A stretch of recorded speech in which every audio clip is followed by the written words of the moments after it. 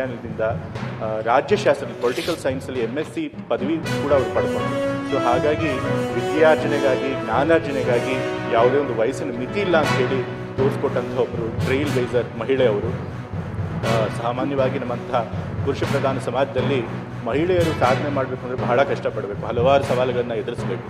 ಅದರೊಳಗೂ ಉಮಾಶ್ರೀ ಅವರು ಹಿಂದುಳಿದ ವರ್ಗದ ಮಹಿಳೆಯಾಗಿ ಕಡು ಬಡತನದ ಹಿನ್ನೆಲೆಯಿಂದ ಬಂದು ಒಬ್ಬ ಏಕಾಂಗಿ ತಾಯಿಯಾಗಿ ತಮ್ಮ ಮಕ್ಕಳನ್ನು ಬೆಳೆಸುವಂಥ ಜವಾಬ್ದಾರಿ ಇಟ್ಕೊಂಡು ವೈಯಕ್ತಿಕ ಜೀವನದಲ್ಲಿ ಬಹಳಷ್ಟು ಕಷ್ಟ ಕಾರ್ಪಣ್ಯಗಳನ್ನು ನೋಡಿದರೂ ಕೂಡ ಅದನ್ನೆಲ್ಲ ಮೆಟ್ಟಿ ನಿಂತು ಎಲ್ಲ ಸವಾಲುಗಳನ್ನು ಸಮರ್ಥವಾಗಿ ಎದುರಿಸಿ ಇವತ್ತು ಚಿತ್ರರಂಗದಲ್ಲೂ ಒಬ್ಬ ಕಲಾವಿದೆಯಾಗೂ ಯಶಸ್ವಿಯನ್ನು ಕಂಡರು. ಇವತ್ತು ರಾಜಕಾರಣಿಯಾಗೂ ಕೂಡ ಯಶಸ್ವಿಯನ್ನು ಕಂಡಿದ್ದಾರೆ ಮತ್ತು ತಮ್ಮ ಎಲ್ಲ ಸಹೋದ್ಯೋಗಿಗಳ ಪ್ರೀತಿಯನ್ನು ಪಡ್ಕೊಂಡಿದ್ದಾರೆ, ಜನರ ಪ್ರೀತಿಯನ್ನು ಪಡ್ಕೊಂಡಿದ್ದಾರೆ. ಸೊ ಹಾಗಾಗಿ ಒಬ್ಬ ಮಹಿಳೆ ಆಕೆಯಲ್ಲಿ ಪ್ರತಿಭೆ, ಪರಿಶ್ರಮ ಮತ್ತು ಆತ್ಮವಿಶ್ವಾಸ ಇದ್ದರೆ ಏನನ್ನು ಕೂಡ ಸಾಧಿಸಬಹುದು ಅನ್ನೋದಕ್ಕೆ ನಮ್ಮ ಉಮಾಶ್ರೀ ಅವರೊಬ್ಬರು ಮಾದರಿ ಮಹಿಳೆ.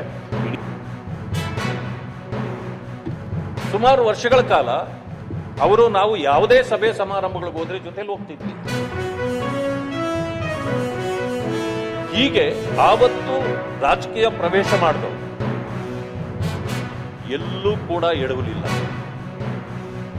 ಒಂದು ಭಾಷೆಯೂ ಉತ್ತಮವಾಗಿ, ಯಾವ ಭೇದ ಭಾವ ಇಲ್ಲದೆ ಎಲ್ಲರ ಜೊತೆಯಲ್ಲಿ ವಿಶ್ವಾಸದಿಂದ ಇವತ್ತು ಇಂತಹ ಮಟ್ಟಕ್ಕೆ ಅವರು ಏರಿದ್ದಾರೆ ಅಂತಂದ್ರೆ ನಾವೆಲ್ಲರೂ ಕೂಡ ಒಂದು ರೀತಿ ಸಂತೋಷ ಪಡುವಂತ ಒಂದು ಸಂದರ್ಭ.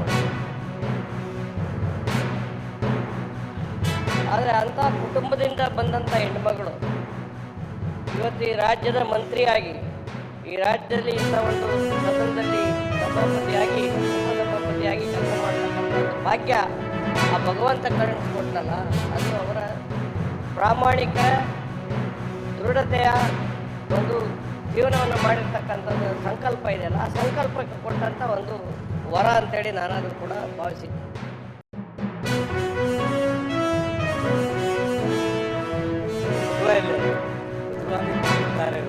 ಅಷ್ಟು ಗಟ್ಟಿ ಹೆಣ್ಮಗಳು ಜನತಾಜಿಯರ ಕಷ್ಟದಲ್ಲಿ ಸಹಿತ ನನ್ನ ಒಂದು ಚಳವಳಿ ಬಿಡದೇ ಇದ್ದರು. ಮತ್ತು ನಾನು ಹೇಳಿದೆ ಆಮೇಲೆಲ್ಲ ನಂತರ, ನೋಡ್ರಿ, ನಾನು ಮೊದಲು ತಾಯಿ ನಾನು ತಾಯಿಗಿಂತ ಶ್ರೇಷ್ಠವಾದಂಥ ವ್ಯಕ್ತಿ ಯಾವುದಿಲ್ಲ, ತಾಯಿ ಆಮೇಲೆಲ್ಲ.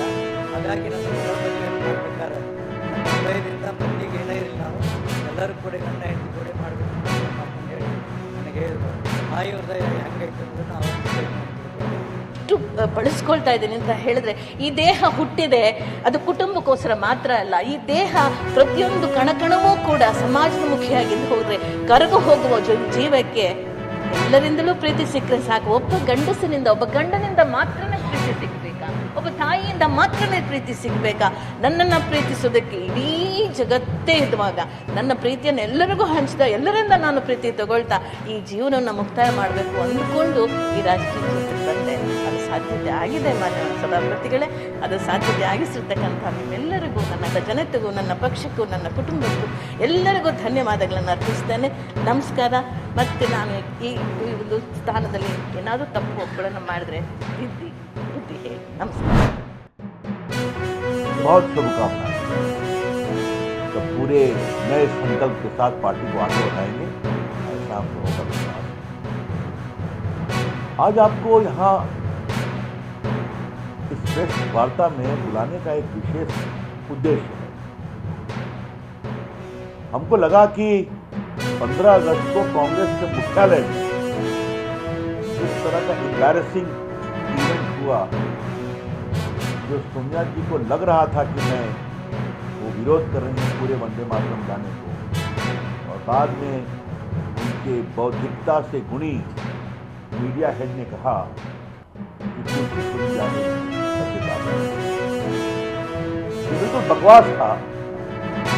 कल खरगे साहब जब गोवा गए तो वहाँ भी पार्टी के कार्यक्रम में जोश का जारी किया।